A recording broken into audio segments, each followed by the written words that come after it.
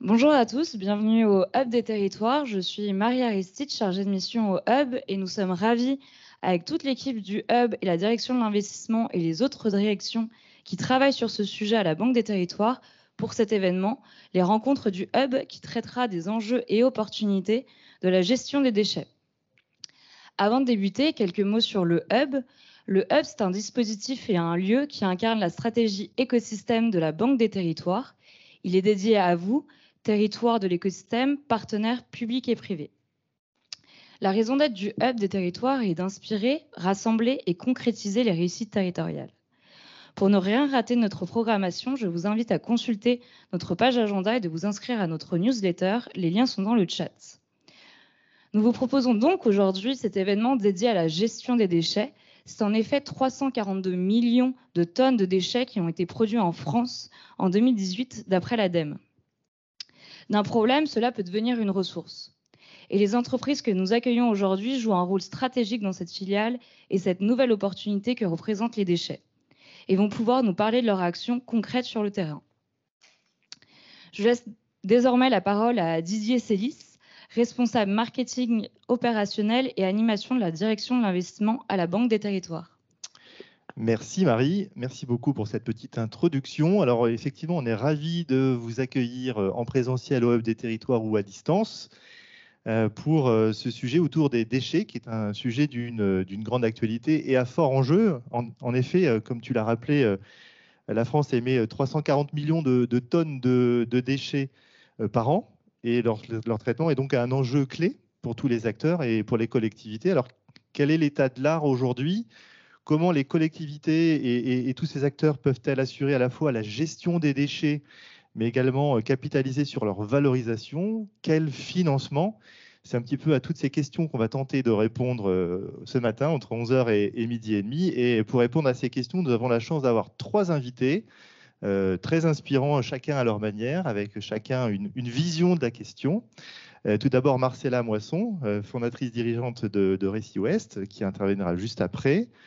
Monsieur Stéphane Martinez, qui termine une autre conférence parce qu'il est très pris sur le sujet, mais qui arrive d'ici 5 minutes et qui est lui fondateur dirigeant de Moulineau.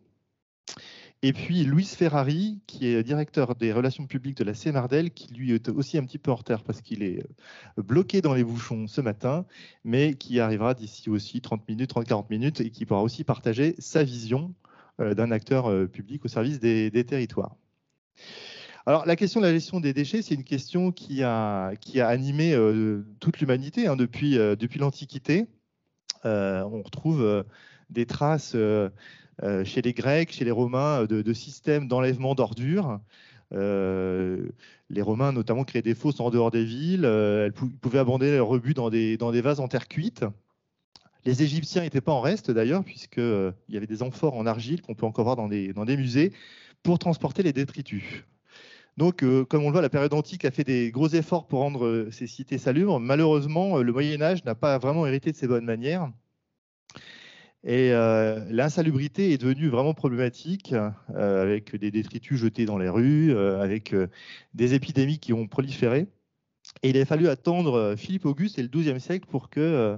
je vous accueille, Monsieur Martinez, bienvenue, bonjour. Pour que, de nouveau, l'État se mette à se préoccuper de la question des déchets. Au XVIe et XVIIe siècle, on a plutôt essayé de faire propre sans réel et véritable effort sur la salubrité. À la Renaissance, François Ier a commencé à vouloir faire aussi un peu des choses avec des paniers pour déposer les ordures collectées par à l'époque les boueux. Et il faudra attendre Louis XIV en 1666 avec un édit pour réguler le ramassage des ordures. Bon, je ne vais pas vous faire tout l'historique des déchets au cours des siècles. Juste à une dernière date, c'est 1883, avec le fameux préfet de la Seine, monsieur Eugène Poubelle, qui avait mis cet arrêté pour imposer aux propriétaires d'immeubles de fournir à leurs locataires des boîtes munies de couvercles. Voilà. Bon.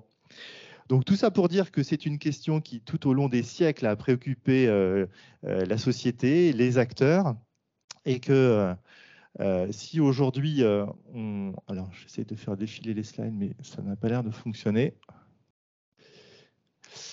Encore, vas-y.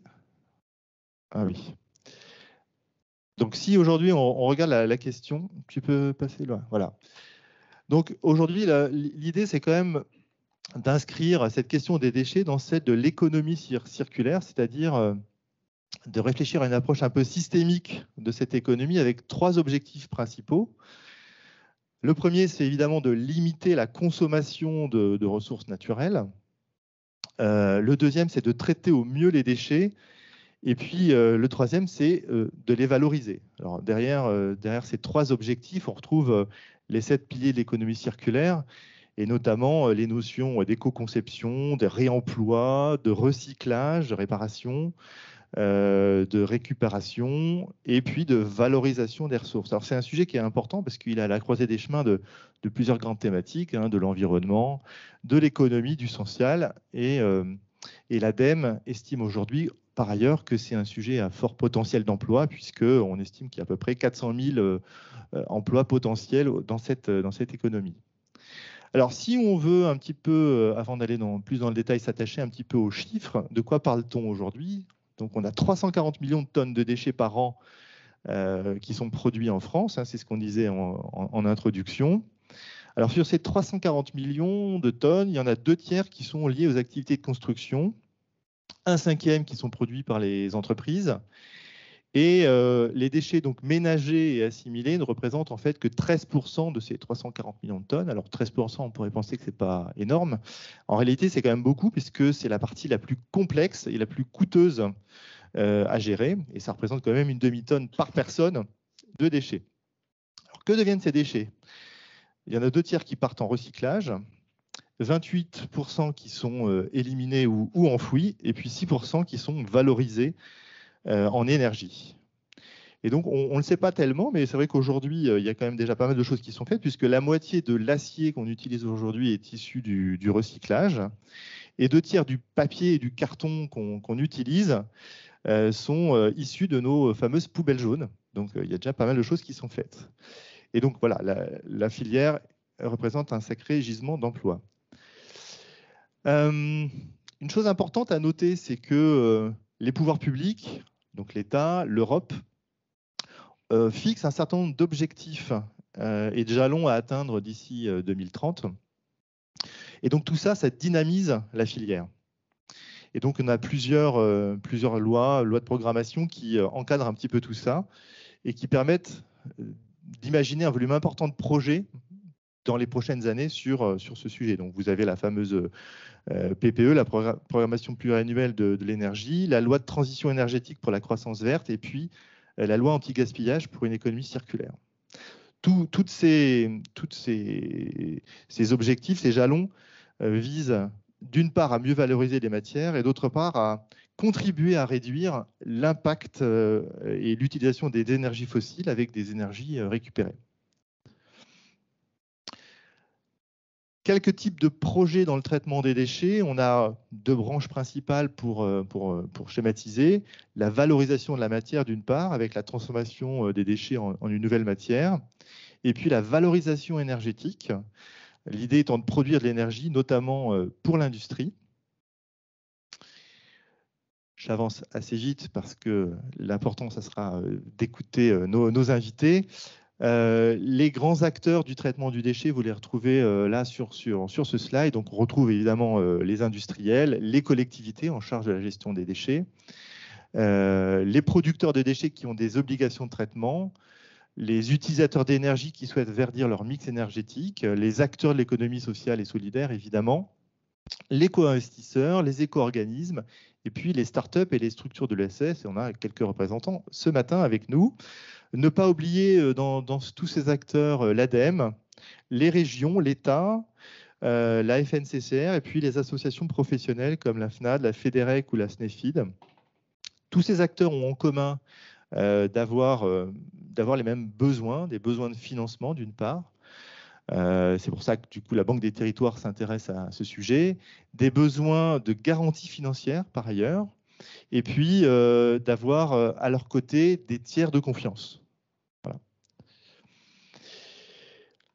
Donc cette petite introduction étant faite, je vais donner le micro à Madame Moisson Je vais vous laisser vous présenter. Et puis, ce que je vous propose, c'est que donc on se donne 15-20 minutes de présentation pour nous expliquer un petit peu Récit Ouest.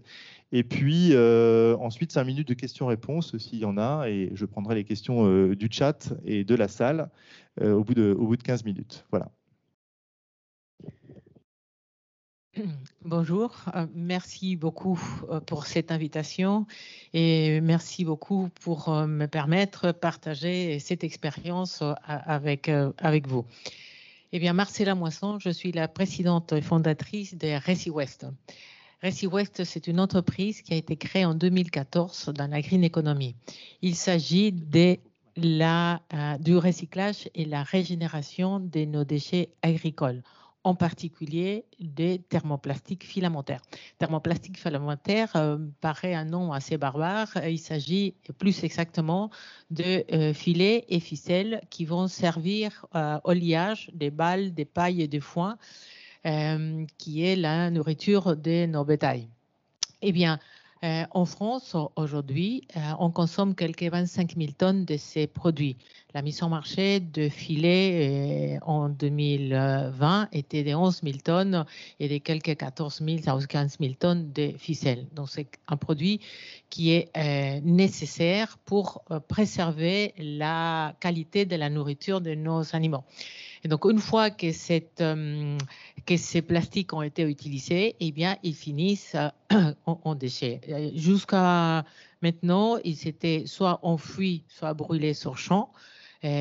Aujourd'hui, notre solution de recyclage permet de la revalorisation de ces filets. Pour que vous ayez une idée, donc en France, on va consommer quelques 25 000 tonnes, mais en Europe, il s'agit de quelques 120 000 tonnes, hein, donc entre filets et ficelles. Et dans le monde, il s'agit de quelques 250 000 tonnes. Donc, ce sont des tonnes de mise sur le marché, il veut dire qu'ils vont créer le double de leur masse en déchets. Donc, ça veut dire qu'on va avoir quelques 400 000 tonnes de déchets, enfin plus ou moins. Et donc, Récit Ouest est né je dirais, de mon besoin de me recycler moi-même. Donc, ayant arrêté de travailler pour élever mes enfants, donc il a fallu ensuite réfléchir en quel métier je pourrais exercer. Donc, donc, suite à une réflexion de ce que je connaissais ou quelles étaient mes connaissances, mes compétences et mon vouloir bien faire. Et donc, j'ai décidé de travailler dans le recyclage. Donc, en 2011 et 2012 ont servi pour réfléchir à ce recyclage et à la matière que je souhaitais recycler. Donc, très vite, le plastique est apparu comme une évidence. Même si, comme pas mal du monde, disait non, Berck, ces trucs-là, j'en veux pas. Et bien au contraire, une fois que j'ai pris connaissance du plastique, je me suis dit que c'est la matière qu'il fallait s'en occuper. Donc, suite à une formation dans le plastique à l'ISPA, qui est l'Institut supérieur de plasturgie d'Alençon, et à l'IFTH, l'Institut français des textiles de l'habillement. Et donc, j'ai démarré cette recherche dans les produits à recycler. Donc, j'ai vu aussi très vite que l'utilisation d'eau et l'utilisation d'énergie étaient un frein au recyclage parce que les coûts sont très importants et si bien l'énergie que l'eau, ce sont des éléments qu'il faut préserver. Donc, dans la recherche des solutions de recyclage, donc, je me suis dit que ma solution ne devait pas utiliser de l'eau. Voilà, donc je me suis adressée aux gisements existants qui étaient l'ordure ménagère et l'agriculture. Et dans l'agriculture, les déchets des filets et ficelles démarraient la collecte. Et donc, j'ai découvert que c'est les produits auxquels je pourrais m'adresser. Pourquoi ? puisque dans mes compétences et dans mes connaissances, je suis issue d'une famille qui, pendant 3 générations, a travaillé dans l'industrie textile, dans le nettoyage, dans l'égrenage du coton. Et donc, cette connaissance, plus ma formation professionnelle qui était en biochimie, en génie génétique et biologie moléculaire, et donc, ces connaissances m'ont permis d'imaginer quelque chose, une solution pour recycler ces déchets. Donc, c'est comme ça que l'idée est née. Et donc, avec l'aide du pouvoir public, la BPI au départ, ensuite l'ADEME et la région, j'ai pu financer toutes mes recherches des processus de recyclage. Ces processus ont été brevetés en 2015 et donc suite à des différents tests pour confirmer que la technologie était applicable. En 2015-2016, j'ai initié la recherche de partenaires financiers. Je dirais qu'elle était longue, laborieuse, puisque je travaillais jusqu'à ce moment-là toute seule. Et trouver du financement tout seul, ce n'est pas évident. Pas parce que les gens ne croient pas que je suis capable de faire quelque chose ou parce que j'étais une femme ou je ne sais pas quelle autre question a pu être imaginée. C'est parce que investir sur une personne toute seule était un risque trop élevé. Donc, quand toute cette technologie était mise au point et j'ai pu trouver de financement, donc j'ai démarré l'embauche des personnes qui m'ont accompagné, qui m'ont permis aussi de donner de la solidité à ces projets.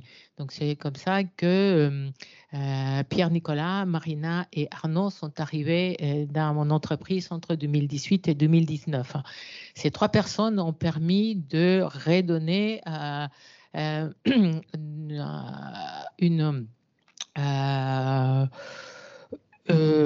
comment dirais-je, un élan, oui, à la nouvelle recherche ou à la nouvelle façon de recherche des financements. Donc, on a relooké le logo et donc on a démarré toutes nos recherches. On a continué la recherche des financements pour trouver finalement ces financements en 2020-2021.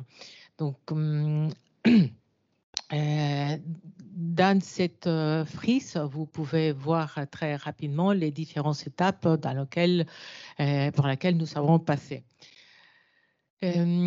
Ici, dans cette slide, vous pouvez voir le processus. Donc, en haut à gauche, vous savez, la matière première qui est produite par la pétrochimie. Et donc, avec cette matière première, les fabricants de filets et ficelles vont fabriquer ces produits qui vont être vendus à l'agriculteur.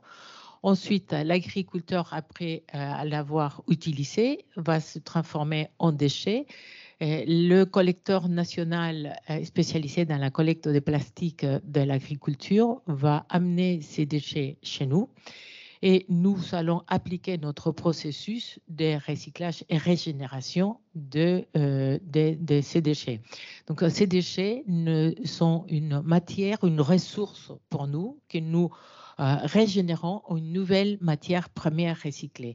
Et cette nouvelle matière recyclée va permettre à nouveau d'être réutilisé en filet, balle ronde ou en ficelle. Il est vraiment très important que le déchet, dans la mesure du possible, reste dans sa première utilisation. Si le déchet reste dans sa première utilisation, on peut prétendre à un recyclage à l'infini. Si la matière, on l'enlève de cette utilisation, elle ne pourrait se recycler en théorie que 4 fois. Donc, dans la mesure du possible, il faut garder le déchet dans sa première utilisation, chose qui est possible dans notre process. Donc, notre process a été exposé dans la COP21 comme solution dans le réchauffement climatique. Il a été vérifié, notre technologie a été vérifiée par ETV. Et un ETV, c'est un Environmental Technology Verification, un label qui a été mis en place par la Commission européenne pour donner vraiment une priorité aux processus qui sont éco-conçus et qui ont un respect vers l'environnement. Notre processus a été labellisé aussi par Solar Impulse. Donc, nous sommes la 383e entreprise labellisée parmi les 1000 entreprises que Solar Impulse a labellisées. Et nous avons aussi un label Plastipolis qui est l'organisme en France qui labellise les recyclages de plastique. Et dans cette slide, vous pouvez voir l'impact environnemental. Et ces résultats ont été obtenus suite à une étude d'ACV. Un ACV, c'est analyse de cycle de vie en éco-conception. Donc, avoir un processus de recyclage, c'est bien, régénération, très bien, mais le comptabiliser pour pouvoir savoir quel est réellement l'impact environnemental, il est très important. Donc, dans cette slide, vous pouvez voir qu'une tonne de polyéthylène haute densité, le PEHD, mis sur le marché, va avoir un impact très fort. Donc, sur la partie gauche, vous allez voir les énergies et les éléments utilisés pour transformer, qui sont nécessaires pour fabriquer ces polyéthylènes haute densité. Et dans la partie droite, vous allez voir en la partie haute les résultats de notre processus sans utilisation d'eau et moins d'énergie comparativement à deux solutions utilisées jusqu'à maintenant qui étaient l'enfouissement et le brûlage sur champ. Et dans cette slide, vous pouvez aussi avoir un comparatif de l'impact environnemental quand ces déchets se déplacent. Donc, pour pouvoir recycler, il faut massifier. Donc, nous massifions nos déchets en France, mais il faut aussi penser dans nos pays voisins comme l'Islande, l'Irlande, la Suède et autres, que ce sont des pays qui vont utiliser une moindre quantité, qui n'auront jamais la capacité de recycler sur place. Donc, entre la solution enfouissement, incinération ou brûlage sur champ, et il vaut mieux les transporter pour massifier et faire une valorisation en matière. Et je vais passer une petite slide pour que vous puissiez comprendre le processus depuis que l'agriculteur crée le déchet jusqu'au moment où on refait à nouveau une nouvelle balle ronde avec de la matière recyclée.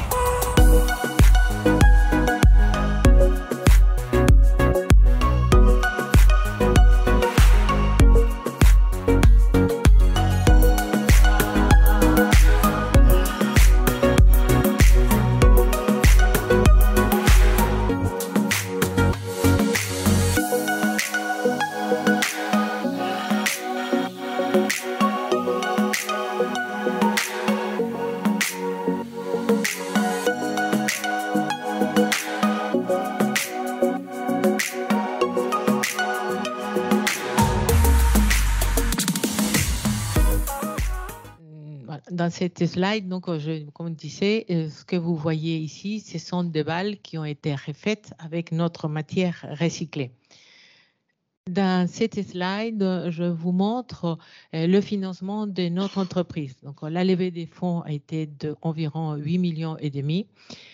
Une grande partie était le soutien de l'État sur ces différentes subventions, prêts et autres données par l'ADEME, la région, la banque le plan de relance et l'Intercom d'Argentan. Une autre partie était de financement propres et complétés par des investisseurs locaux et des investisseurs comme la CDC, la Banque des Territoires. Et nous avons complété cette partie-là aussi avec les prêts bancaires. Donc, pour vous montrer que ça a été assez long et laborieux, difficile, mais que nous avons réussi et grâce à ce soutien, ce projet a pu voir le jour. Aujourd'hui, nous sommes 9 à l'entreprise avec 2 stagiaires et d'ici quelques semaines, nous serons 17 au démarrage de l'entreprise, du process. Demain, avec cette matière recyclée, nous allons fabriquer des coproduits qui sont en recherche et développement. Et nous souhaitons capter d'autres gisements et aussi trouver d'autres produits, d'autres nouveaux produits à recycler, toujours sur une base de thermoplastique filamentaire. Merci beaucoup pour votre attention. Merci beaucoup, Madame Moisson. Très inspirant. Alors, je ne vois pas de questions sur le chat ni dans le public, donc on va passer à Monsieur Martinez de la société Moulineau. Monsieur Martinez, merci beaucoup d'être avec nous ce matin. Vous avez un petit bouton pression en dessous, là, voilà, en dessous.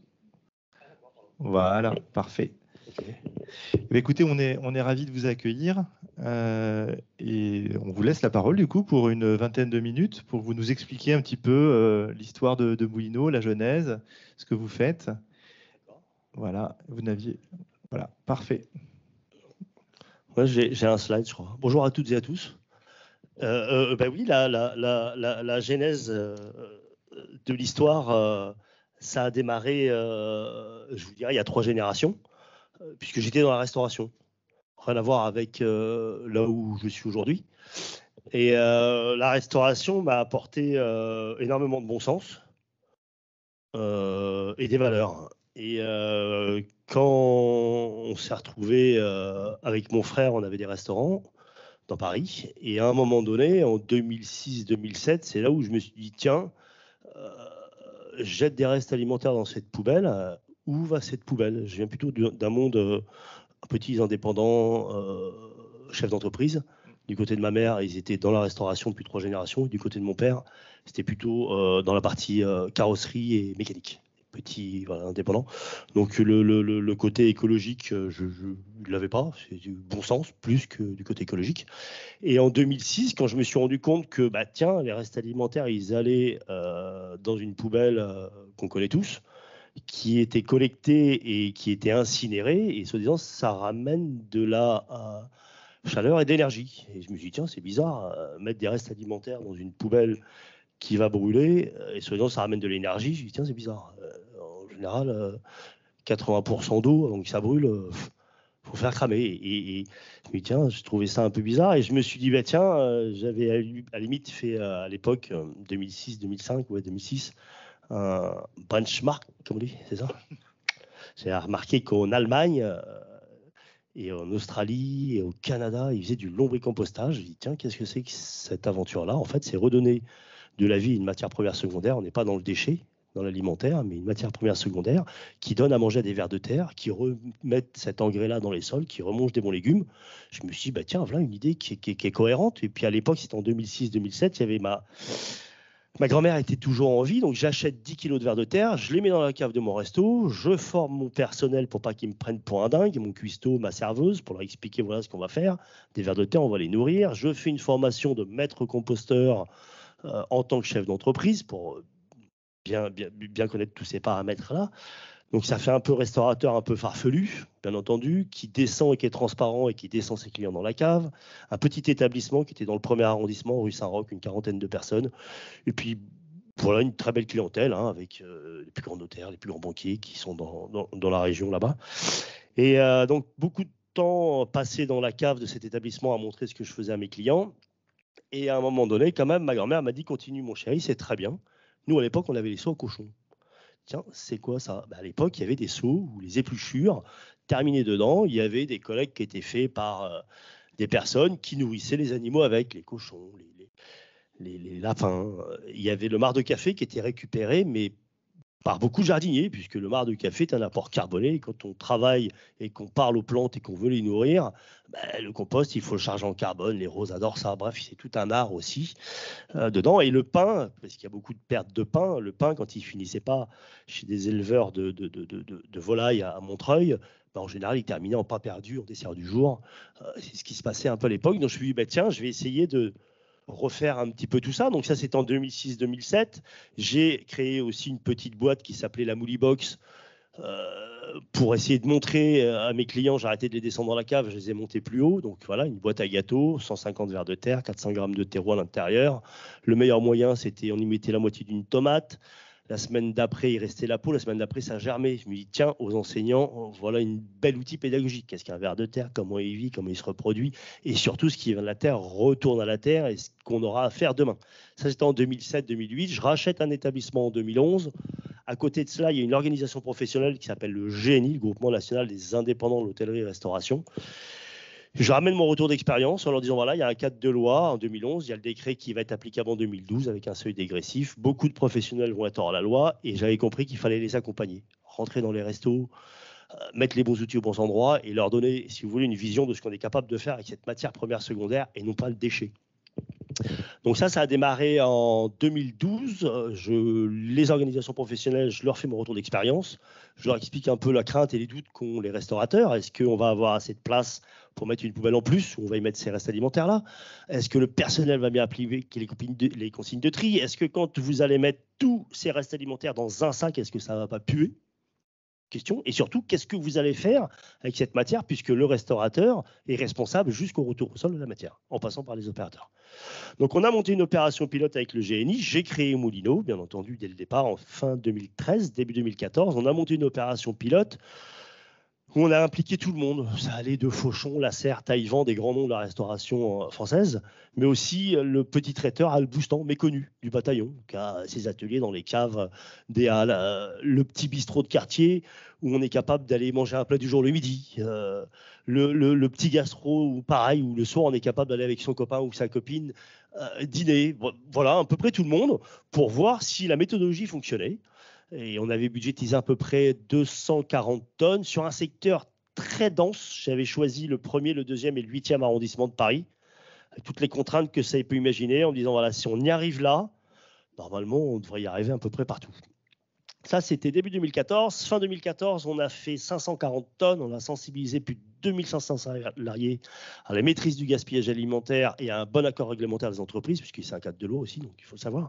Mais comment on a fait ? On a fait passer les professionnels du sac opaque noir où on ne voyait rien de ce qu'il y avait dedans au sac transparent. D'un seul coup, une vision de ce qu'on jette. Et une vision aussi des erreurs de tri qui peuvent arriver. Donc une vision d'une en production, entre 9h et midi, et une vision entre midi et 2h30. Donc, en production, beaucoup de professionnels sont passés des économes classiques aux économes rasoirs. L'air de rien, vous gagnez sur 10 kg d'épluchures, vous gagnez 2 kg de produits. C'est un petit gain en plus. Le retour de ça, là, bien entendu, pareil, les cuisiniers, aujourd'hui, sur certains établissements, descendent, regardent ce qu'il y a dans la poubelle de retour de salle. S'ils voient qu'il y a trop de frites, trop de pâtes, trop de goulgours, trop d'accompagnement, réfléchis, peut-être que tu en mettras en accompagnement, travaille ton outil. Moi, j'ai préféré mettre à disposition les outils pour qu'ils s'en rendent compte. Voilà, j'ai beaucoup d'amis cuisiniers. Je ne me sens pas rentrer dans la cuisine et leur dire « Dis donc, là, tu gaspilles ». En général, quand vous leur parlez comme ça, vous risquez de sortir vite fait de la cuisine. Et ces gens-là sont armés, en plus. Ils ont des couteaux comme ça, c'est assez grandiose.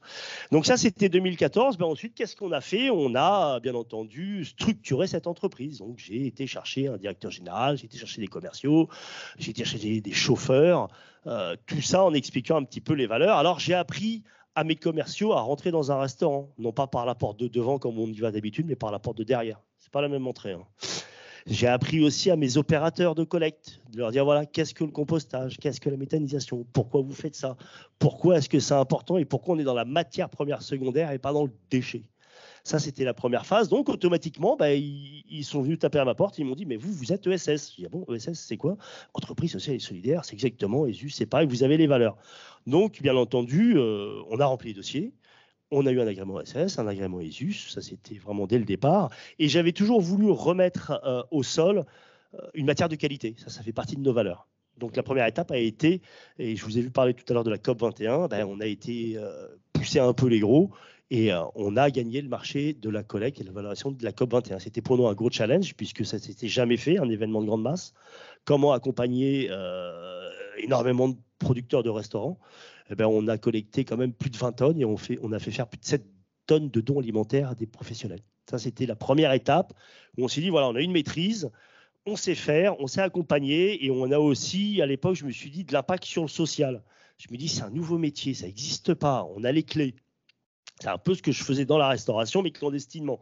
Les serveurs et les serveuses, c'est ou des acteurs ou des actrices ou des étudiants, des étudiantes. Et on va les former, à accueillir les clients, à prendre la vestiaire, à savoir comment est-ce qu'on lance une table, comment on prépare les entrées, qu'est-ce que tu vas vendre. Toujours 15 jours, 3 semaines de formation avant de vraiment être prêt et pareil, identique dans la cuisine. Le poste de cuisinier a toujours été un poste d'artiste et de créateur, donc on est toujours resté avec des vrais professionnels. Et le poste de commis, il peut à la limite bouger. Au début, les personnes lavaient la vaisselle, on leur apprenait à faire le fondant au chocolat, à faire les entrées. Et à la fin, au bout de 3-4 mois, les gars étaient formés, étaient prêts à être des bons commis de cuisine derrière. Donc ça, c'était un peu dans mes démarches. Donc bien entendu, qu'est-ce qu'on a réussi à faire?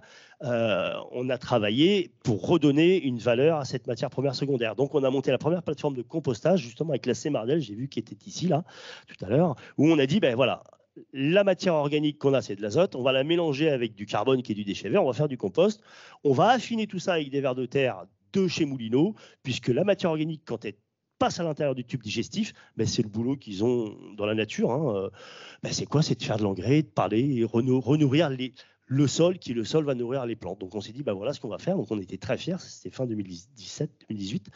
On a ressorti, bien entendu, un produit, le compostage haute couture. Pourquoi j'ai appelé ça haute couture? Parce qu'on n'en avait pas des millions de tonnes à faire et que ça prenait du temps. Donc ça, on a réussi aujourd'hui, on parle d'économie circulaire, on collecte des restaurateurs qui achètent des légumes chez des maraîchers, que nous, on revend le compost aux maraîchers et qu'on collecte derrière. Donc ça s'appelle tout ce qui est la partie économie circulaire. Et on travaillait jusqu'à là avec des acteurs industriels de la méthanisation. À un moment donné, on s'est dit, on va s'orienter vers plutôt le monde agricole qui fonctionne. Voilà, c'était un peu notre vision où on est parti de cette matière première secondaire. On a dit, ça peut intéresser le monde agricole et nous, en tant qu'urbains, on va essayer de faire le pont entre l'urbain et le monde agricole en leur apportant cette matière première que nous, on allait préparer.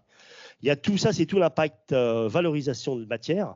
Donc aujourd'hui, on a réussi à valoriser jusqu'à aujourd'hui plus de 55 000 tonnes avec un retour au sol et de l'énergie, avec des partenaires agriculteurs. On a créé 95 emplois.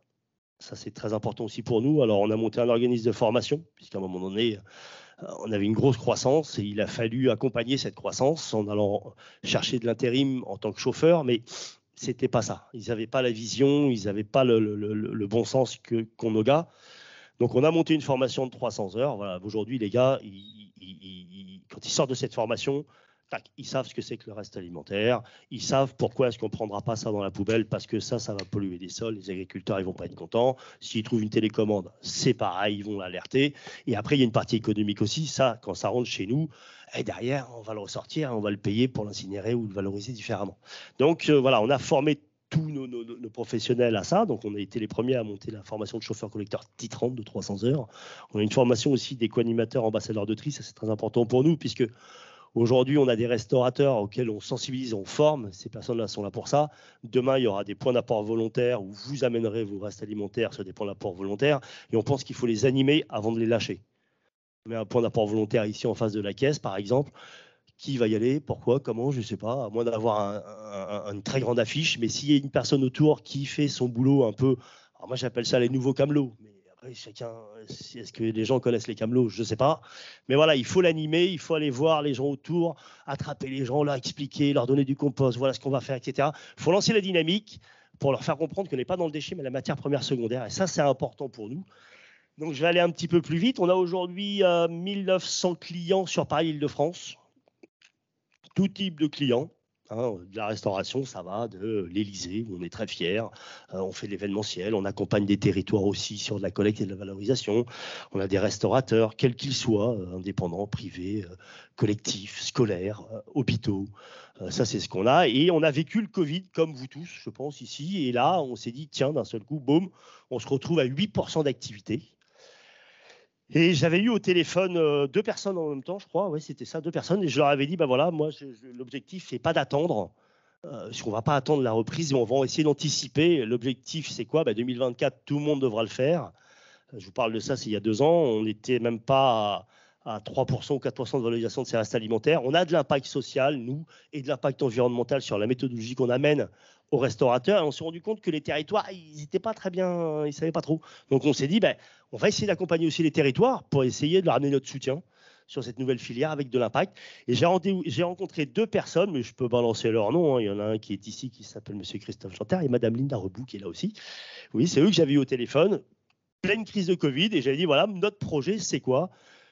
C'est de dupliquer le modèle. Voilà, on ne va pas essayer de prendre toute la France, mais au moins 5-10%. L'objectif est d'essayer d'arriver à 2025-2026 avec 5 ou 4, 5, 6 unités de positionner, comme ce qu'on a comme l'Île-de-France, avec un modèle vraiment à impact environnemental et social, et pareil en faisant le pont avec le monde agricole.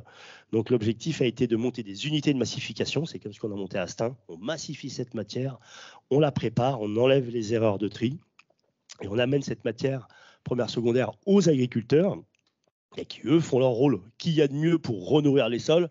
C'est pas Moulineau. Nous, Moulineau, on est capable de former tout le monde à écarter cette matière alimentaire, de collecter. Alors là, tous nos camions sont au gaz, même si c'est vertueux. Aujourd'hui, ça nous coûte très cher, la vertuosité, je vous le dis. On réfléchit avec nos partenaires, peut-être on va acheter des vieux camions gasoil, mais je ne crois pas. C'est une boutade. Mais voilà, on a une démarche, une méthodologie où on est prêt à accompagner tout le monde. Aujourd'hui, il y a quoi? En 2022, 60% de la restauration est hors réglementation. 2023, c'est 80%. 2024, tout le monde doit le faire. Il y a à peu près, on va dire, entre 20 millions et 25 millions de tonnes de produits chaque année de restes alimentaires en France. Si on était 100% vertueux dans les 15 prochaines années, ça créerait à peu près plus de 50 000 emplois, directs et indirects. On arriverait, en travaillant, en gardant notre filière de retour au sol avec les partenaires agriculteurs et aussi les plateformes de compostage, d'avoir à peu près entre 5 et 10% de gaz vert. Ça, c'est des chiffres de GRDF qui nous accompagnent ça, avec un vrai retour au sol. Et Dieu sait si le sol a besoin de nourriture. Et surtout de créer des emplois qui ont du sens. Donc, quand on n'écarte pas ce petit reste alimentaire à la maison, il reste dans une filière d'incinération, de valorisation énergétique, mais qui n'a pas d'impact au niveau social, puisque la filière existe.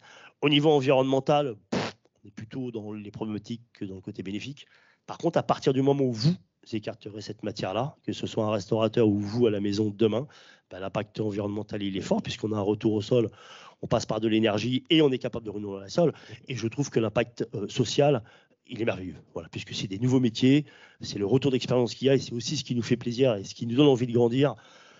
Voilà, c'est des métiers qui ont du sens et en interne, on peut grandir, on peut rentrer en tant qu'animateur, on va pas se faire passer le permis chauffeur, voilà, tu vas prendre un camion, tu peux être chef d'équipe, voilà, les parcours croissants qu'il y a chez nous montrent que, oui, on peut grandir au sein d'une entreprise et puis nous, on a envie de grandir aussi pour créer tout cet impact-là.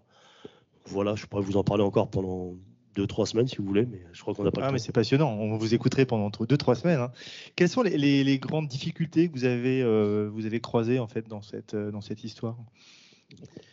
Et il y en a beaucoup, et puis on en croise toujours aujourd'hui. Le Covid était une grande difficulté, mais ça a été une opportunité. On a créé ça en opportunité. Oui, parce qu'en fait, le Covid, tout le monde continue à faire des déchets de toute façon. Alors, pas les restaurants peut-être. Mais... Les restaurants, on s'y attendait pas. Dans l'histoire de la restauration, ma mère ne pensait pas qu'ils allaient fermer les restos. Pendant toutes les guerres, les restaurants ont toujours été ouverts.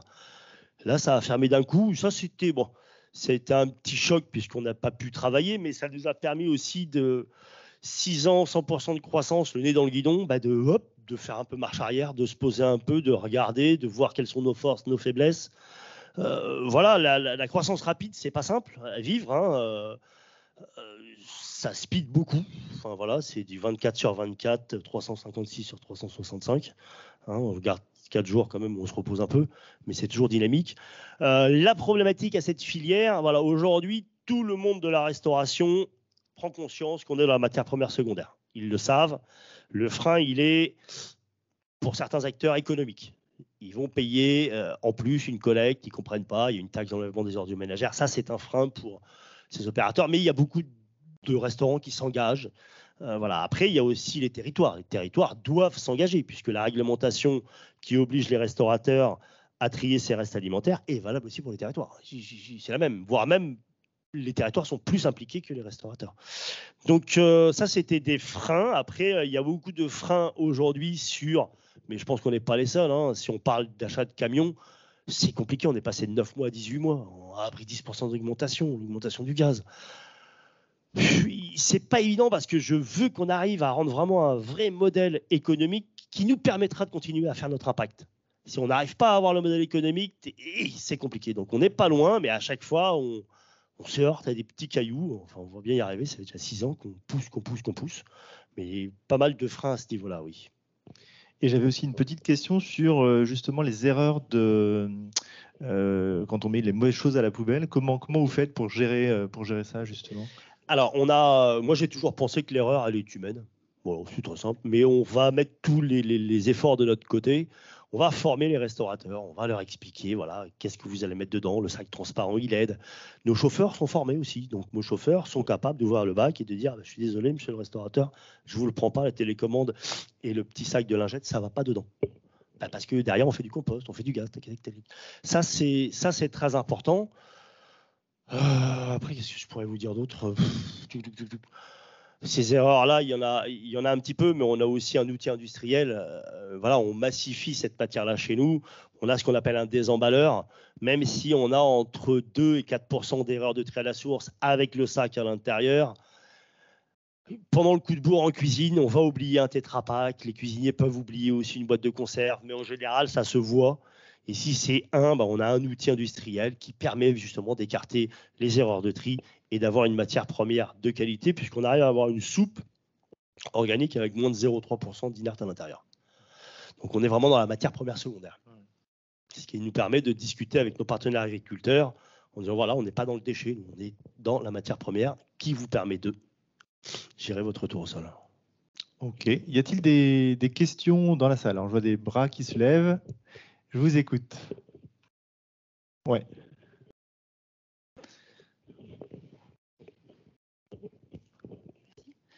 Bonjour, donc une question relative au rôle des collectivités territoriales, parce que vous avez évoqué la réglementation qui va obliger au tri à la source pour les acteurs privés, mais aussi publics. Et donc, quelle est l'importance, notamment pour Moulineau, mais peut-être aussi pour Russie Ouest, des collectivités territoriales ? C'est bon.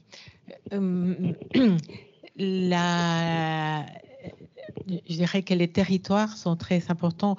Il faut dire que dans la collecte de l'agriculture, de plastique dans l'agriculture, il y a un éco-organisme qui s'occupe de cette collecte. Et cette collecte-là est faite de telle façon que tous les intervenants sont inclus. Donc, il y a les coopératives, les FNSEA, les metteurs en marché, tous les ministères de l'environnement, de l'agriculture, et en passant par les territoires. Donc, c'est une collecte qui est nationale et c'est une collecte qui fonctionne très bien, qui existe depuis une vingtaine d'années et qui a donné aussi inspiration à d'autres collectes en Europe. Donc, aujourd'hui, c'est uniformisé, c'est signé depuis l'année dernière. Il me semble que la collecte sera nationale sur le modèle français. Donc, il y a aussi une réglementation très importante. Donc, l'agriculteur doit collecter et trier à la source son déchet et le collecteur vient le chercher à l'endroit indiqué qui est programmé d'avance. Donc, si l'agriculteur ne le fait pas, il peut avoir une amende selon l'élimination interdite qu'il utilise. Mais aujourd'hui, il y a une loi qui gère cette partie-là. Les territoires ont aussi des compétences de collecte et de traitement de déchets. 2024, tout le monde doit le faire. Cette loi, il ne faut pas oublier, c'est 75 000 € d'amende et 2 ans d'emprisonnement. Il faut se mettre en accord avec la réglementation. Tout le monde ne le sera pas, mais lancer la dynamique, elle est importante. Voilà, on travaille avec des territoires, on amène, nous, notre méthodologie. Le territoire, il doit collecter les particuliers, mais avant de collecter les particuliers, peut-être collecter les écoles et les marchés alimentaires. Pourquoi ? Les écoles, les enfants, vous retrouvez les parents derrière. Les marchés alimentaires, pourquoi ? Parce que le dimanche ou des fois le samedi, on va au marché. Vous allez bien comprendre. Ensuite, derrière, greffer une sensibilisation pour les particuliers. Mais aujourd'hui, avec le Covid, les territoires, je pense, ont aussi un besoin de communiquer aux citoyens. Écarter le reste alimentaire dans le monde du tri, je pense que c'est celui qui est le plus simple aujourd'hui. Voilà, ce qu'on ne mange pas. Vous mettez dans un petit bio-seau à la maison, un sac biocompostable, la poubelle marron en bas ou au point d'apport volontaire, c'est gagné. Les restaurateurs, les marchés alimentaires, les hôpitaux, tout ça, oui, il faut rentrer dedans. Et le territoire, je pense, vont avoir des rôles de communication et de lancer la dynamique, puisque les solutions sont là aujourd'hui, je pense. On avait une autre question de la salle. Ça marche là, oui. Oui, l'autre question, c'était sur le nom Molino. Est-ce que c'est un clin d'œil à Coluche ou pas? Ça, c'était la première question. Et la deuxième question, c'est la formation de vos chiffres d'affaires. Comment sont formés vos chiffres d'affaires? Est-ce que c'est plus la vente? Est-ce que c'est plus une redevance de la part des restaurateurs ou des agriculteurs? Vous voulez parler du modèle économique, en gros. D'accord. Alors, la première question, Coluche, oui, Coluche était pour moi un grand inspirateur. Dans les conneries, il n'était pas mauvais quand même, ce monsieur. Donc, oui. Pourquoi Moulineau ? Parce que moi, quand j'avais mes restos, j'ai l'impression d'être un peu psychopathe du reste alimentaire et des vers de terre. Et quand on a des restos, en général, le soir, on se retrouve tous chez les uns, chez les autres.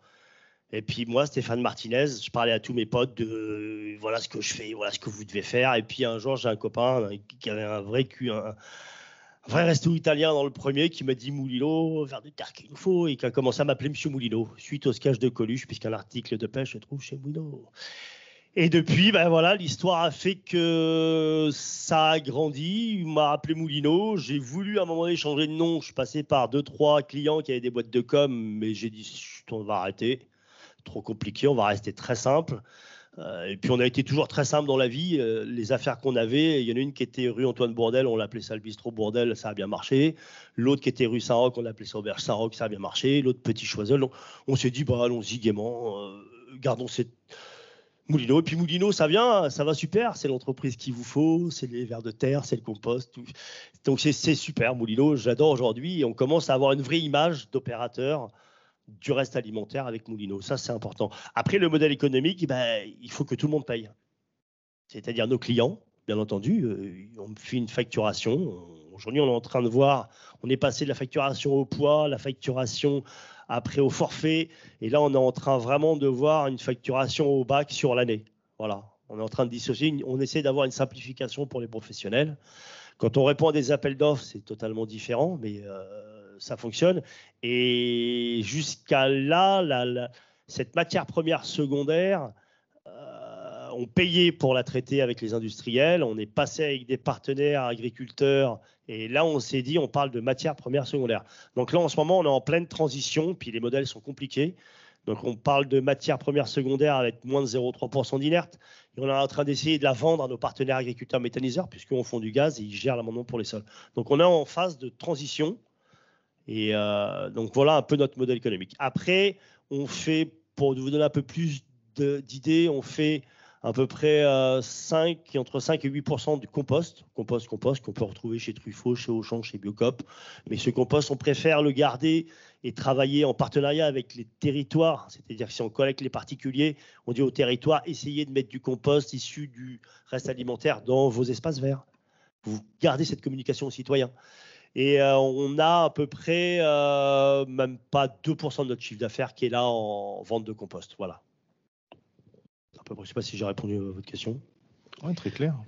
Et en ce qui concerne Récit Ouest, nous sommes dans un modèle économique gagnant-gagnant avec le collecteur.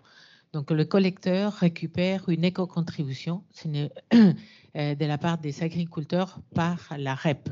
Donc, l'agriculteur qui achète son matériel en agriculture va payer une éco-contribution qui est récupérée par le metteur en marché et qui est versé ensuite au CPA qui est le CPA qui est l'organisme dans l'agriculture le comité plastique agriculture qui récupère cette éco-contribution et qui va la verser au collecteur qui est le logisticien qui va récupérer les déchets partout en France. Donc, notre contrat est avec ces collecteurs. Donc, notre contrat est gagnant-gagnant dans le sens où pour les filets qui n'ont aucune solution de recyclage, ils nous payent un service de recyclage. Et en ce qui concerne la ficelle, et qui a déjà une valorisation positive, donc nous payons une partie. Dans notre contrat gagnant-gagnant, aujourd'hui, dans la mise du process de recyclage, donc c'est lui qui paye un service de recyclage et au fur et à mesure que ce process va être positif, c'est nous qui allons réduire cette valorisation négative et la transformer en valorisation positive. Ok. Merci beaucoup à tous les deux. Alors, les aléas un peu du direct, Monsieur Ferrari de la Mardel est toujours bloqué sur la route. Donc, j'espère qu'il va réussir à nous rejoindre. Donc, on va bousculer un tout petit peu notre programme. Et je vais accueillir, donc je vous remercie, je vais accueillir sur scène Alexis Garcin-Berson. Oui, on peut vous applaudir. Merci beaucoup pour vos exemples inspirants. Donc, Alexis Garcin-Berson, Justine Métro, Anastasia Davidova-Jolin et puis Marie Dollard-Cléré pour nous expliquer un petit peu comment la Banque des Territoires agit aujourd'hui. Bonjour à tous, je suis Alexis Garcin-Berson, je suis en charge des investissements de la Banque des Territoires dans les sujets de déchets et d'écologie industrielle. Je suis ravi qu'on puisse vous accueillir ici avec mes collègues physiquement et en virtuel pour parler du sujet des déchets, qui est quelque chose que la maison Caisse des dépôts et Banque des Territoires a choisi de prendre à bras-le-corps. On est là quelques minutes avec mes collègues pour vous parler un peu de ce que la Banque des Territoires fait dans le sujet des déchets, qui a pris donc de l'importance au sein de la maison. La brique que je représente aujourd'hui est là, en quelque sorte la dernière née, puisque l'investissement en direct dans les sujets de déchets est le plus récent. Mes collègues auront l'occasion de vous parler de ce sur quoi ils interviennent, à la fois en prêt, dans d'autres types d'investissements, notamment l'ESS et les EPL, et sur les sujets de consignation avec Marie. Pour commencer, la brique que je représente, qui est le sujet donc investisseur sous l'angle T2E dans les sujets de déchets, où on intervient donc en tant qu'investisseur en fonds propres dans des projets de déchets, que ce soit des projets publics, dans des montages publics-privés. On investit dans la société de projet qui va porter le projet de traitement de déchets, ou dans des projets totalement privés, où cette fois-ci, on accompagne un opérateur, un industriel. On en a eu l'exemple parfait avec Marcella il y a quelques minutes, où on a accompagné en fonds propres, à un moment donné, au stade du prêt à construire notamment, le projet que développait Marcella et toute l'équipe de Récit Ouest, où on est intervenu en tant qu'investisseur avisé, bienveillant comme peut l'être la Banque des Territoires, autant que possible, sur des projets qui, pour nous, critère premier dans ces sujets de déchets est celui de l'impact sur le territoire. Donc, on intervient sur tout le scope de projets, en tant qu'investisseur, sur tout le scope de projets dans les déchets, de traitement de déchets, que ce soit les sujets de recyclage et de centres de tri, les sujets de biodéchets, en compostage, en méthanisation, sur l'amont, sur l'aval. On intervient également sur tous les aspects de la valorisation énergétique des déchets. Ce sont des sujets extrêmement importants qui l'étaient déjà et qui le sont de plus en plus. On l'a vu avec le Covid, les sujets de résilience, de relance industrielle et également avec la crise actuelle qui rend encore plus importante le fait de pouvoir développer des moyens de production autonomes, locaux, à partir de nos déchets notamment. Juste peut-être un mot sur ce sujet pour nous en tant qu'investisseurs sur des projets donc industriels. On a donc un gros volume d'activités. On suit un peu plus d'une vingtaine de dossiers en ce moment. On en a déjà investi plusieurs pour une cinquantaine de millions d'euros. On a dû s'adapter, apprendre ce qu'était ce secteur, puisqu'on a une pratique qui est plutôt celle du financement de projets sur des objets très infrastructures, où les sociétés de projets sont souvent, non pas des coquilles vides, mais presque, et qui délèguent un certain nombre de leurs compétences derrière et de leurs responsabilités via des sous-contrats.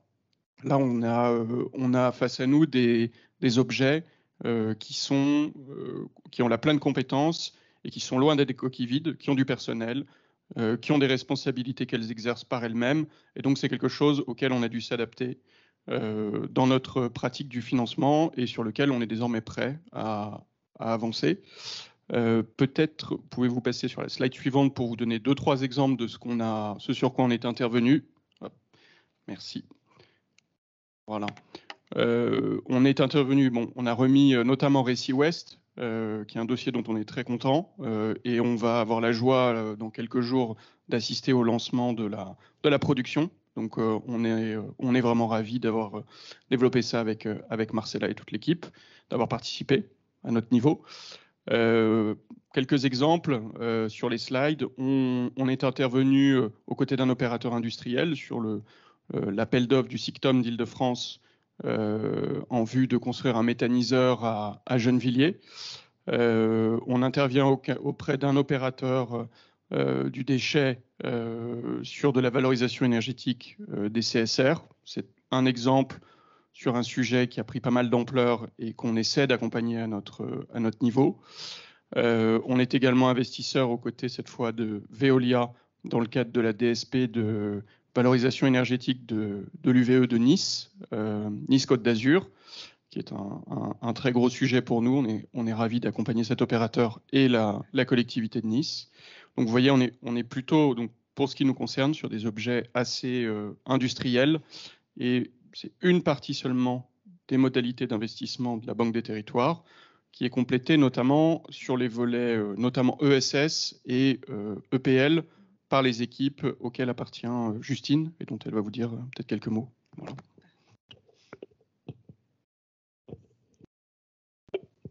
Merci pour la transition excellente, Alexis. Donc effectivement, je travaille également à la direction de l'investissement et je vais vous présenter les investissements qu'on réalise dans des structures de l'ESS et des structures établissements publics locaux sur le sujet des déchets. Donc je me permets d'avancer la slide. Donc on est vraiment sur les sujets de l'économie sociale et solidaire, l'ESS, qui est pionnière sur la thématique de l'économie circulaire et notamment sur la question des déchets. On pense notamment à des acteurs pionniers que sont le mouvement Emmaüs, par exemple, depuis les années 60, qui a vraiment œuvré à la diminution et à la diminution des déchets et au réemploi. L'ESS aussi est un acteur essentiel, notamment du réemploi. On le voit parce que 35% des acteurs, des structures actrices sur la filière du réemploi des biens ménagers sont des structures de l'ESS à travers des ressourceries, des recycleries, mais plein d'autres acteurs qui émergent plus récemment sur ces sujets-là. Autre chiffre intéressant et important pour nous, c'est que l'ESS représente 21 000 l'activité de l'ESS et du réemploi porté par les acteurs de l'ESS crée 21 000 emplois. Et c'est un chiffre qui est important pour nous parce que un des constats des acteurs de l'ESS, c'est que l'économie circulaire et notamment la question de la gestion et de la diminution des déchets sont un excellent support d'insertion par l'activité économique. Donc, pour rapprocher du marché de l'emploi les personnes qui en sont particulièrement éloignées, chômeurs de longue durée, personnes sans qualification, etc. Donc nous, on vient vraiment accompagner et financer, investir dans des structures de l'ESS qui généralement se positionnent à cheval avec la question de la limitation de la gestion des déchets et de l'impact social qui est très fort. Et Moulineau était une belle illustration, je pense, de ces acteurs-là qui réussissent à bien mixer impact social et impact environnemental. Donc au sein de nos équipes, on a vocation à intervenir sur un grand nombre de segments ou secteurs d'activité liés aux déchets. Notamment, on voit beaucoup d'acteurs sur la prévention des déchets, donc l'objectif de les diminuer avec la vente en vrac, la consigne, et aussi beaucoup d'acteurs qui sont plutôt sur le traitement, la collecte et la valorisation des déchets. On a eu l'exemple de Moulineau, il y en a d'autres. Et donc là, on vous propose un peu une catégorisation des projets et des structures de l'ESS sur l'économie circulaire avec des grands acteurs qui ont une empreinte vraiment nationale, le réseau Envie, donc qui collecte les déchets, enfin des choses qui ne sont pas des déchets, mais des produits d'électroménager, les répare et les revalorise en faisant travailler des personnes qui sont en insertion. Le groupe Valo, qui est une structure d'insertion par l'activité économique et qui intervient dans le Grand Est. Des structures plutôt territoriales, telles que l'association Pénélope, qu'on a également soutenu avec un investissement en quasi-fonds propres pour lui permettre d'ouvrir sa recyclerie en Bourgogne-Franche-Comté. Et beaucoup aussi de start-up à fort impact environnemental et social, parmi lesquels Moulineau, donc, qui vous a été présenté, mais également Lemon Tree, qui organise la collecte multiflux, notamment de déchets bureaux, et Usage, un acteur qui se positionne en lien avec les sujets de consigne, puisqu'il va assurer le lavage de tous les contenants en verre, en inox et autres, qui peuvent être consignés par d'autres acteurs. Donc on essaye de se positionner sur d'accompagner en tout cas des acteurs qui sont positionnés sur tous les maillons de la chaîne de valeur liée à la collecte, au traitement et à la diminution des déchets. Donc là, c'était vraiment sur la partie économie sociale et solidaire. Et autre cible très importante, ce sont donc les EPL, entreprises publiques locales, qu'on va accompagner, donc qui vont être sur différents sujets. Là aussi, collecte, valorisation de déchets, mais également l'écologie industrielle et territoriale. Et donc, on va accompagner toutes les formes d'EPL qui peuvent exister, donc SPL, Société d'économie mixte, CEMOP, parmi lesquels, quelques exemples, la CEMARDEL, qui j'espère pourra intervenir par la suite, donc un syndicat majeur de traitement des déchets en Ile-de-France, et la CEMEDI, qui est un acteur de traitement de déchets industriels basé en Normandie, donc il y a vraiment une approche aussi d'économie circulaire locale, territoriale. Voici donc ces différents types d'acteurs qu'on finance en fonds propres et en quasi-fonds propres.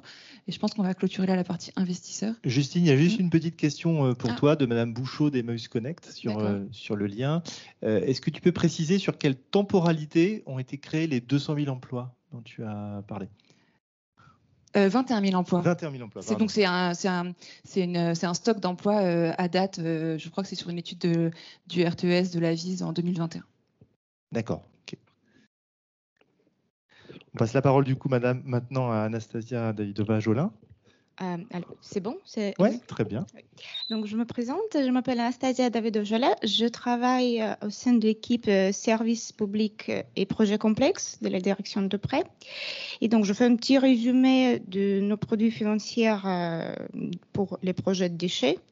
Pour le moment, notre doctrine prévoit deux approches. Donc, prêt PRV et le prêt PRU, pour ne pas oublier aussi le prêt PSPL classique, mais effectivement, deux prêts thématiques PRU et PRV sont plus intéressants. Donc, le prêt PRV, projet Relance Verte, c'est une offre qui est dédiée à projets publics avec le critère T2E.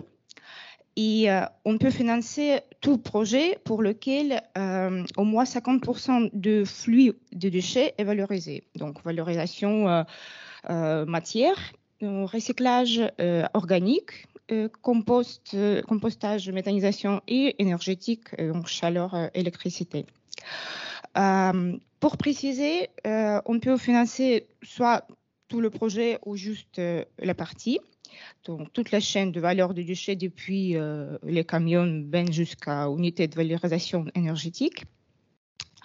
Et par contre, ce critère de 50% de flux de déchets, il faut le justifier. Et pour préciser, n'importe quel document nous convient. Donc, on n'a pas de conditions précises pour les documents justifiant ce montant. Je vais raconter un peu les caractéristiques financières, pas entrer dans le détail, mais en gros, la liste des emprunteurs éligibles est assez classique. Donc, c'est toutes les collectivités et leurs groupements, établissements publics locaux, sociétés publiques locales et les opérateurs privés qui réalisent leurs projets dans le cadre d'une commande publique, donc soit DSP, soit un marché de partenariat. Ce qui sera plus voilà, donc je parlerai après pour le PRU. Donc, quantité, c'est 100% n'importe quel besoin d'emprunt ou 50%, il faut regarder les conditions. Donc, la durée, c'est de 25 ans à 50 ans. Et encore une fois, pour préciser qu'on finance que les grandes infrastructures avec la durée d'amortissement cohérente avec la durée de prêt. Donc, les équipements, on peut financer, mais seulement dans le cadre de nouvelles constructions. Et encore une fois, il faut regarder la vie économique de objets. Donc, peut-être on peut passer à un slide suivant. Oui. Et donc, l'autre prêt thématique, c'est prêt renouvellement urbain. Donc, c'est les projets publics et privés situés en géographie prioritaire. L'avantage pour les emprunteurs, c'est que toute personne morale, publique ou privée, peut être financée. Et la seule condition, c'est que le projet doit être situé dans la géographie prioritaire. Donc, soit c'est quartier politique des villes, action cœur des villes ou petite ville de demain. Pareil, il y a quelques conditions spécifiques pour ce prêt. Peut-être je ne vais pas raconter, expliquer tout ça. Juste pour finir, deux prêts, PRU, PRV, les projets peuvent être financés également en taux fixe BOI avec certaines conditions spécifiques, notamment pour quantité, donc c'est limité à 50% de CAPEX. Et les contreparties privées sont exclues, sauf SPL qui sont considérés comme tout in-house. Et donc, au SPL, on peut financer un BUI. Peut-être, je rentre plus dans les détails. Juste pour finir, nous sommes, mon équipe et moi, nous sommes là pour répondre à vos questions, si vous en avez. Non, c'est bon. Et on va conclure avec Marie. On ne pouvait pas ne pas parler de consignation. Il faut conclure ce petit panorama. Merci beaucoup. Effectivement, pour conclure l'offre de la Banque des Territoires et en synergie, l'offre consignation. Alors, qu'est-ce que c'est la consignation? Peut-être on peut mettre le slide si ça ne t'embête pas. Voilà. Alors, très rapidement, alors c'est une offre un peu différente. C'est une offre de sécurisation des fonds, puisque la mission de la Banque des Territoires dans la consignation, ça va être de recevoir des fonds, les sécuriser et les restituer à qui de droit. S'agissant d'une mission d'intérêt général, la gestion est gratuite. Les fonds sont rémunérés sur la base d'un taux d'intérêt qui est fixé par arrêté du directeur général. Et dans le secteur des déchets, la consignation trouve à s'appliquer à plusieurs titres, puisqu'on a différentes offres autour de cette valorisation des déchets pour différents acteurs économiques. Alors, tout d'abord, pour les installations classées pour la protection de l'environnement, à chaque fois que les acteurs ont besoin d'une garantie financière pour être autorisés à exploiter. Par exemple, pour avoir l'autorisation préfectorale, ils doivent justifier d'une garantie financière. Et cette garantie financière, elle peut prendre la forme d'une consignation. Il y a d'autres possibilités, comme la caution bancaire, par exemple, mais la consignation fait partie des offres de la Banque des Territoires pour sécuriser sa garantie financière. Donc, les installations classées pour la protection de l'environnement, ça va concerner les déchetteries, les centres de tri, et là, les acteurs qui viennent consigner leur garantie garantie financière, c'est très varié. On a des collectivités qui sont en charge du tri des déchets, des entreprises publiques locales, des syndicats mixtes, des entreprises privées. Je pourrais donner l'exemple, par exemple, de la commune de Dijon, qui gère un centre de tri très important, qui est venu consigner sa garantie financière à hauteur de 1,4 million chez nous. Donc, les fonds sont sécurisés et puis ils vont être restitués une fois qu'en fin d'exploitation, selon les obligations de remise en état qui pèsent sur l'exploitant. Autre exemple dans le cadre de déchets, concerne les entreprises de transport transfrontalier de déchets, qui doivent également justifier d'une garantie financière qui peut prendre la forme d'une consignation. Donc là, on a beaucoup d'entreprises, notamment dans l'est de la France, qui sont transfrontalières et qui font du transport de déchets, notamment vers l'Allemagne et le Luxembourg, qui sont venus consigner leur garantie financière. Et enfin, un acteur très important dans le monde des déchets, les éco-organismes. Donc, nouvellement, ils sont tenus, pour être agréés par le ministère, à une obligation de garantie financière pour sécuriser notamment les revenus qui sont versés à la collecte de transport du traitement des déchets pour les collectivités locales. Cette garantie financière peut prendre la forme d'une consignation. Et en juin de l'année dernière, en 2021, où les éco-organismes devaient se conformer à la législation, on a eu des gros éco-organismes qui sont venus consigner pour environ 80 millions d'euros. Voilà, l'avantage de la consignation pour terminer, c'est une sécurisation absolue des fonds de cette garantie financière. Ça peut rassurer pour les projets les parties prenantes. Et puis les fonds sont rémunérés et la gestion est gratuite, comme je l'indiquais. Merci beaucoup. Merci beaucoup Marie. On arrive au terme de cette matinée autour de la question des déchets. Je viens d'avoir l'information que M. Ferrari ne pourrait malheureusement pas se joindre à nous. Il est toujours bloqué dans les bouchons. Donc on essaiera de le faire intervenir à une autre occasion pour que la Cémardel nous explique un peu plus ce qu'elle fait et comment elle le fait. Voilà, écoutez, en tout cas, merci beaucoup à tous. Vous retrouverez le replay de cette session prochainement sur le site Banque des Territoires d'ici une semaine environ. Merci à tous nos intervenants. Merci Madame Moissan, merci Monsieur Martinez. Et puis merci à vous. À très bientôt.